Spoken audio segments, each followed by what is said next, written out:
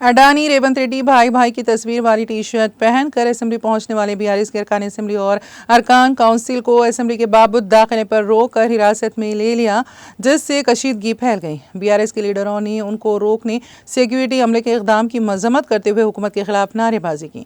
Security एहलकारों ने MLAs और MLCs बशमूल केटी रामाराव, हरीश राव की जानिब से अडानी और रेवंत रेड्डी की तस्वीर वाली टी शर्ट्स पहनने पर एतराज़ किया। इस मौके पर बीआरएस लीडरों और सिक्योरिटी अमले के दरमियान बहस और तकरार हुई। बीआरएस लीडरों ने अडानी और रेवंत भाई भाई का नारा लगाया। इस मौके पर साबिक वज़ीर दाखिला व रुकन कानून साज कौंसिल मोहम्मद महमूद अली भी मौजूद थे। क़ब्र अज़ीं गन पार्क पर शोहदा को खिराज अक़ीदत पेश किया गया और 2 मिनट की खामोशी मनाई गई।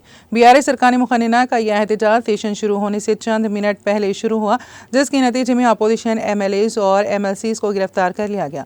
काउंसिल में अपोजिशन लीडर एस मधुसूदन चारी, टी हरीश राव, के कविता और दीगर रहनुमाओं को करीबी पुलिस स्टेशन मुंतकिल कर दिया गया। केटी रामाराव समेत बीआरएस लीडरों ने पुलिस से सवाल किया कि अडानी के खिलाफ बीआरएस का एहतजाज कैसे गलत है। उन्होंने निशानदेही की है कि कांग्रेस के लोकसभा लीडर राहुल गांधी भी अडानी के खिलाफ एहतजाज कर रहे थे। मीडिया से बात करते हुए तारक रामाराव ने असेंबली और काउंसिल में अवामी मसाइल उठाने का आज़म किया और हुकूमत को नामुकम्मल इंतखाबी वादों के लिए जवाबदेह करार दिया।